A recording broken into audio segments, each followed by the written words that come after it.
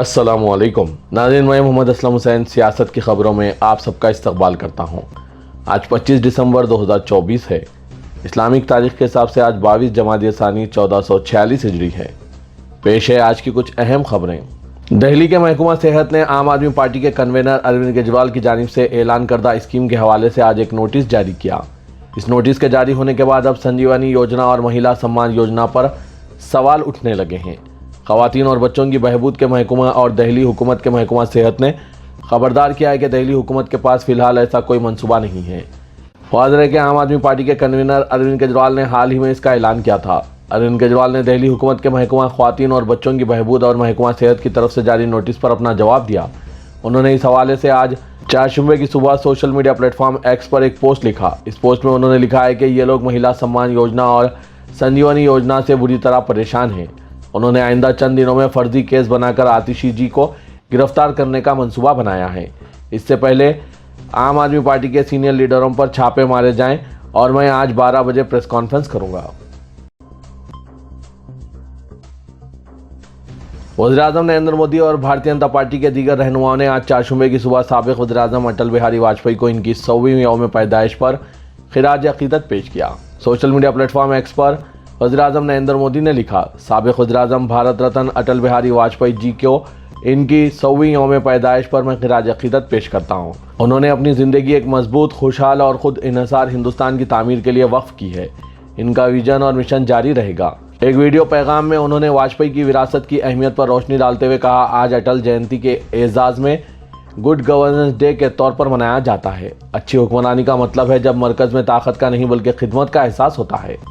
उन्होंने शहरियों पर जोर दिया कि वो अपनी जिम्मेदारियों को पूरा करें।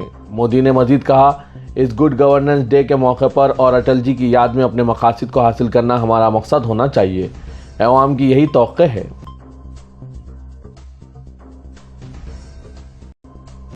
वज़ीर-ए-आज़म नरेंद्र मोदी ने आज 4 जुम्मे की सुबह मुल्क के हमवतनों को क्रिसमस की मुबारकबाद पेश की। वज़ीर-ए-आज़म नरेंद्र मोदी ने हमवतनों को क्रिसमस की मुबारकबाद देते हुए इंस्टाग्राम पर क्रिसमस की वीडियो शेयर करते हुए लिखा, आप सबको क्रिसमस मुबारक हो। खुदावन यसु मसीह की तालीमात सबको अमन और खुशहाली का रास्ता दिखाए।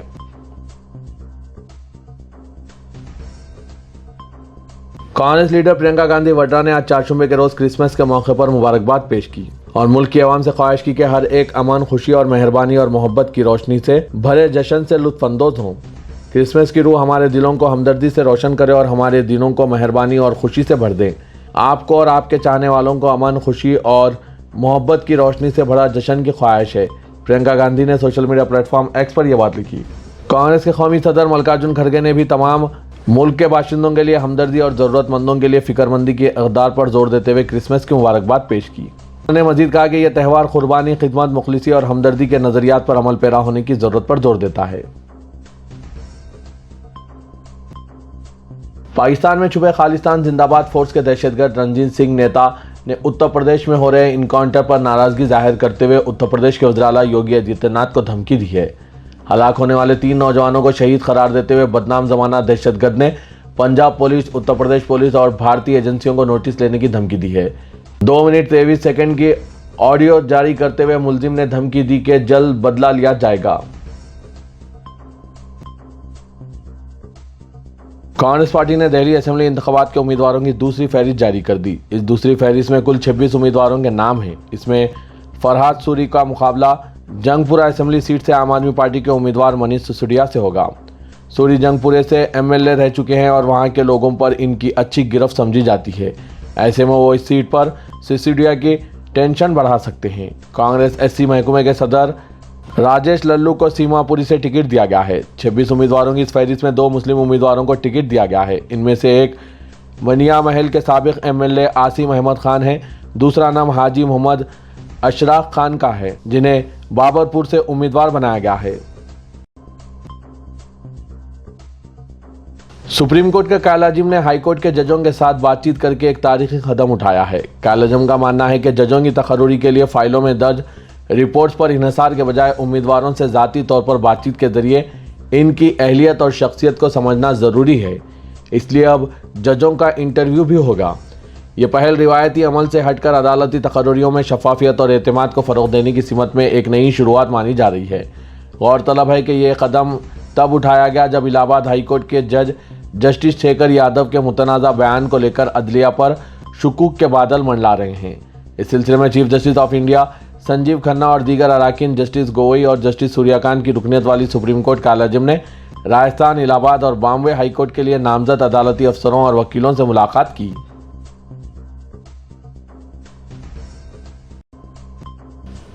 गोवा में क्रिसमस से कबल गोश्त ताजिरों की हड़ताल की वजह से बेकरियों, कैफे और दीगर खाने पीने की जगहों में गोश्त की शदीद किल्लत पैदा हो गई।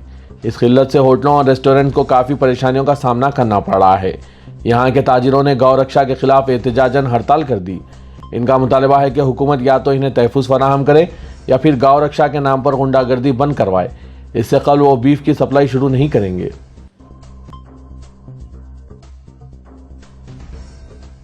दिल्ली में अरविंद केजरीवाल ने कहा है कि हम सबका ख्वाब था कि दिल्ली में 24 घंटे साफ नल का पानी हो, तीसरी मंजिल हो या चौथी मंजिल पानी पंप के बगैर पहुंचे। ये बड़ा ख्वाब आज पूरा हो रहा है। आज राजेंद्र नगर असेंबली के DDA फ्लैट्स पाउंड नगर से इस कॉलोनी में 24 घंटे साफ पानी आने लगा है। केजरीवाल ने कहा कि मैं कुछ घरों से गुजरा और मैंने इन घरों में नल का पानी पिया। अरविंद केजरीवाल ने कहा कि इस वक्त पूरी दिल्ली में 24 घंटे पानी नहीं है, पूरी दिल्ली में साफ पानी नहीं है, लेकिन आज इसकी शुरुआत DDA फ्लैट्स राजेंद्र नगर से हो रही है। जब हमारी हुकूमत बनी तो दिल्ली में 8 से 10 घंटे बिजली की कटौती होती थी, बिजली चली जाती थी। मैंने कहा था कि 24 घंटे बिजली दूंगा। आज दिल्ली में 24 घंटे बिजली है। अब मेरा मकसद ये यकीनी बनाना है कि आपको 24 घंटे अपने नल से साफ पानी मिले। तीसरी मंजिल हो या चौथी मंजिल, पानी पूरे प्रेशर के साथ आना चाहिए। साफ पानी 24 घंटे आएगा। आज से शुरू हो गया है। सदर कुल हिंद मजलिस इत्तेहादुल मुस्लिमीन और रुकने पार्लियामेंट हैदराबाद असदुद्दीन ओवैसी ने कहा कि वन नेशन वन इलेक्शन एक आधी पकी हुई गैर दस्तूरी तजवीज़ है। असदुद्दीन ओवैसी सदर मजलिस ने सोशल मीडिया प्लेटफॉर्म एक्स पर अपने एक पोस्ट में इन ख्यालात का इजहार किया। एक अंग्रेजी न्यूज़ पोर्टल दी वायर की जानिब से मुल्क में एक साथ तमाम इंतखाबात का इनेकाद वो सियासी जमातों के लिए क्यों एक सियासी गर्म आलू की तरह है, सुर्खी के साथ एक खबर की इशाअत पर सदर मजलिस ने अपना तबसरा किया। इस खबर में कहा गया कि one nation one election bill में तरमीम के साथ आर्टिकल 83 और 172 का जो इजाफा किया गया है वो इंतखाबात के मौजूदा क़वानीन के मुतज़ाद है। इस बिल को अवामी सतह पर मुतारिफ कर दिया गया। बिल के कई दफ़ात पर सवाल खड़े हो रहे हैं कि आया पार्लियामेंट ऐसे कानून को मंजूर करने के मौक़िफ़ में है, जबकि कम अज़ कम मुल्क की निसफ रियासतों के जानिब से इस बिल की मंजूरी ज़रूरी है। ये बिल फेडरलिज्म के उसूलों की खिलाफ वर्जी करता है। मुजवज़ा बिल के आर्टिकल 82 के तहत इलेक्शन कमीशन को असेंबलियों की मियाद के इख्तियारात दिए गए हैं, जो दस्तूर के खिलाफ है। संतों की तंजीम के कौमी जनरल सेक्रेटरी ऑल इंडिया संत समिति ने मंदिर मस्जिद पर राष्ट्रीय एवं सेवक संघ के सरबराह मोहन भगवत के दिए गए बयान का दिफा में कहा कि और दावा किया मुल्क तरक्की की राह पर गामजन है और इस वक्त खाना जंगी का सामना करने की पोजीशन में नहीं है। संघ के सरबराह भगवत ने हाल ही में एक प्रोग्राम में कहा था कि कोई भी शख्स मंदिर और मस्जिद का मसला उठाकर हिंदुओं का लीडर नहीं बनेगा। स्वामी जितेंद्र आनंद सरस्वती ने मीडिया से बात करते हुए कहा कि साल 1984 में मुल्क के उस वक्त के आला संतों और VHP ने एक साथ बैठकर अयोध्या, मथुरा और काशी में मंदिर बनाने का अज़्म किया। ये करारदाद उस वक्त मुकम्मल समझी जाती जब अयोध्या का फैसला मुतफ़क़ा तौर पर लिया जाता, लेकिन अयोध्या का मसला सुप्रीम कोर्ट के ज़रिए हल हुआ और मुसलमानों ने कोई सखावत नहीं दिखाई। उन्होंने कहा कि सरसंघ चालक दुनिया की सबसे बड़ी हिंदू तंजीम के सरबराह हैं। सनातन हिंदू मजहब में बहुत सी छोटी और बड़ी तंजीमें काम करती हैं। भगवत जी के बयान को संजीदगी से लेना चाहिए। मजहब और कौम के सवाल पर क्या हम एक और खाना जंगी का सामना करने की पोजीशन में हैं? तेलंगाना के वज़ीर-ए-आला रेवंत रेड्डी डावोस में होने वाले वर्ल्ड इकोनॉमिक फोरम इजलास में शिरकत करेंगे। चीफ मिनिस्टर रियासत के सरकारी वफ्द के साथ वर्ल्ड इकोनॉमिक फोरम के इजलास में शिरकत के लिए आइंदा माह डावोस रवाना होंगे और 20 से 24 जनवरी डावोस में वर्ल्ड इकोनॉमिक फोरम इजलास के दौरान दुनिया भर की सरकर्दा कंपनियों के जिम्मेदारों से मुलाकात करके तेलंगाना में सरमायाकारी के लिए मदऊ करेंगे। बताया जा रहा है कि महकमा इंफॉर्मेशन टेक्नोलॉजी ने चीफ मिनिस्टर रेवंत रेड्डी, वजीर इंफॉर्मेशन टेक्नोलॉजी श्रीधर बाबू, सरकारी वफ्द में शामिल ओहदेदारों के डावोस के दौरे और अखराजात के लिए 12 करोड़ 50 लाख रुपए मख्तस किए हैं। बताया जा रहा है कि चीफ मिनिस्टर के हमरा दौरे डावोस में वजीर इंफॉर्मेशन टेक्नोलॉजी, महकमा इंफॉर्मेशन एंड टेक्नोलॉजी के ओहदेदारों और दीगर शामिल रहेंगे।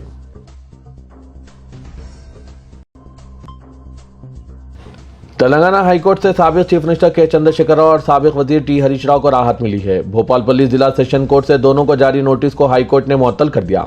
हाईकोर्ट ने कहा कि जिला सेशन कोर्ट से जारी अहकाम दुरुस्त नहीं है, जिसमें केसीआर और हरीश राव को अदालत में हाजिर होने की हिदायत दी गई थी।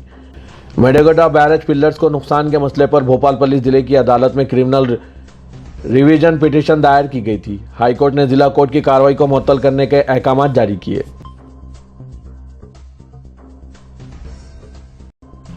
इन्फोसिस के को फाउंडर नारायण मूर्ति ने मुल्क में मौसमी और माहौलियाती तब्दीलियों से निपटने पर अदम तवज्जो को बाहर से तशवीश करार दिया और कहा कि अगर यही सिलसिला जारी रहा तो हिंदुस्तान के बड़े शहरों में नकल मुकाम की शरह में इजाफा हो जाएगा। उन्होंने अंदेशा जाहिर किया है कि मौसमी और माहौलियाती तगरीरात के नतीजे में आइंदा 20 से 25 सालों में मुल्क के बाद इलाके रिहाइश के काबिल नहीं रहेंगे। उन्होंने कहा कि माहौलियात और मौसम की तब्दीली से निपटने जंगी खतूत पर इक़दाम की ज़रूरत है। बसूरत दीगर मुल्क की दीगर इलाकों से बड़े शहरों बेंगलुरु, पुणे और हैदराबाद के लिए नकल मुकाम में इजाफा होगा। उन्होंने कहा कि दर्जे हरारत में कमी और बदलते मौसमी हालात अवाम को बेंगलुरु, पुणे और हैदराबाद जैसे शहरों में बड़े पैमाने पर नकल मुकाम के लिए मजबूर करेंगे। नारायण मूर्ति ने कहा कि बेंगलुरु, पुणे और हैदराबाद में रिहाइश के लिए कई अहम चैलेंजेस का सामना है और बढ़ती ट्रैफिक और माहौलियाती आलूदगी ने इन शहरों के लिए मसाइल पैदा कर दिए हैं। सोशल मीडिया पर गुज़िश्ता कुछ दिनों से एक फर्जी पोस्ट वायरल हो रहा है, जिसमें कहा जा रहा है कि हैदराबाद ट्रैफिक पुलिस की जानिब से फिर एक मरतबा ट्रैफिक चालानात पर डिस्काउंट दिया जा रहा है। हैदराबाद ट्रैफिक पुलिस ने इस सिलसिले में वजाहत पेश करते हुए कहा है कि इस पैगाम में किसी भी तरह की सदाकत नहीं है और ये झूठ पर मबनी है। इस फर्जी पैगाम में यह भी लिखा जा रहा है कि डिस्काउंट के दौरान मोटरसाइकिलों पर 80% डिस्काउंट, कारों पर 60% रियायत दी जाएगी। 26 दिसंबर तक 10 जनवरी 2025 तक चालानात पर छूट देने की गुमराह तशहीर की जा रही है। वज़ीर साबिक़ में ज़िला ट्रैफिक चालानात पर छूट दी गई थी, लेकिन ताज़ा तौर पर इस तरह का कोई फैसला नहीं किया गया है।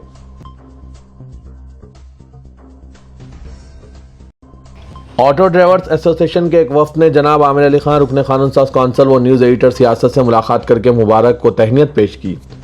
ऑटो ड्राइवर्स एसोसिएशन के सदर मिर्ज़ा रफ़त बेग की सदारत में इस वफ्द ने मुलाकात की, जिसमें मिर्ज़ा शौकतुल्लाह बेग, मीर फारूक अली, मोअज़्ज़िज़ अहमद, मोहम्मद इरफान, मोहम्मद सैफुद्दीन, मोहम्मद अफसर, सैयद जहांगीर और एसोसिएशन के दूसरे वफ्द ने जनाब आमिर अली खान की बहैसियत रुकन कानून साज कौंसिल खिदमात की सताइश की और कहा कि उन्होंने तेलंगाना कानून साज कौंसिल के इजलास में सरगर्म हिस्सा लिया है और मिल्लत को दरपेश अहम मसाइल को मौसर ढंग से ऐवान में पेश करने और हुकूमत की तवज्जो दहानी करवाने की कोशिश की।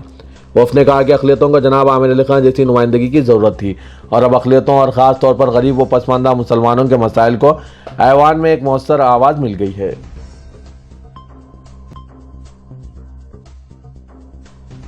भूखों को खाना खिलाना, नंगों को कपड़े पहनाना सबसे बड़ी खिदमत खल्क़ है, जबकि ज़रूरतमंद तलबा और तालिबात की मदद करना हम सब का मिली फरीज़ा है।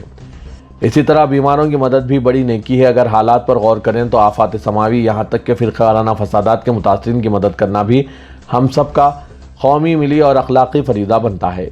खुशी की बात है कि फ़ैज़ आम ट्रस्ट इन तमाम मामलात में मुसीबत ज़दगान की मदद में मसरूफ़ है। सेक्रेटरी फ़ैज़ आम ट्रस्ट जनाब इफ्तिखार हुसैन के मुताबिक फ़ैज़ आम ट्रस्ट की जो भी सरगर्मियाँ हैं, इनमें इसके अतिया दहिंदगान का अहम किरदार है। आप सब ने देखा होगा कि हमारी रियासत के मुख्तलिफ अजला व शहर में शदीद सर्दी का सिलसिला जारी है और जहाँ तक मौसम गर्मा, मौसम बारिश और मौसम सरमा का ताल्लुक़ है, इन मौसमों में अगर कोई सबसे ज़्यादा मुतासिर होते हैं तो वह गरीब बस्तियों में रहने वाले और फुटपाथ पर ज़िंदगी गुजारने वाले हैं। आम तौर पर सर्दी के मौसम में गरीब ख़ानदानों को गर्म कपड़ों, गर्म बिस्तर, बिलखुसूस ब्लैंकेट्स की ज़रूरत होती है। इन हालात में फ़ैज़ आम ट्रस्ट ने जनाब इफ्तिखार हुसैन की निगरानी में हैदराबाद और सिकंदराबाद और आदिलाबाद के मुख्तलिफ मुकामात पर वाक़ई मुस्लिम बस्तियों, खासकर गरीब बस्तियों में 5000 से ज़ायद ब्लैंकेट्स तकसीम किए। सेक्रेटरी फ़ैज़ आम ट्रस्ट जनाब इफ्तिखार हुसैन के मुताबिक शहर के हसन नगर, ताड़बन, भोलकपुर, मुशीराबाद, कागजीगुड़ा, पुराना पुल, शेखपेट, टोली चौकी, नारायणगुड़ा, बीजे नगर, रियासत नगर, कोपनपल्ली, अलजुबेल कॉलोनी, शादनगर, शाहीन नगर और आदिलाबाद की तकरीबन 25 गरीब बस्तियों में 5000 ब्लैंकेट्स की तकसीम अमल में आई और ब्लैंकेट्स की तकसीम का सिलसिला जारी है। इस कार्य खैर में रिजवान हैदर, हैदर अली, अब्दुल सत्तार, मोहम्मद आज़म, शेख अकरम, मोहम्मद समी और फ़ैज़ आम ट्रस्ट टीम के दीगर अरकान बढ़ चढ़कर हिस्सा लिए हैं। जनाब इफ्तिखार हुसैन ने फ़ैज़ आम ट्रस्ट के अतिया दहिंदगान से इज़हार तशक्कुर किया।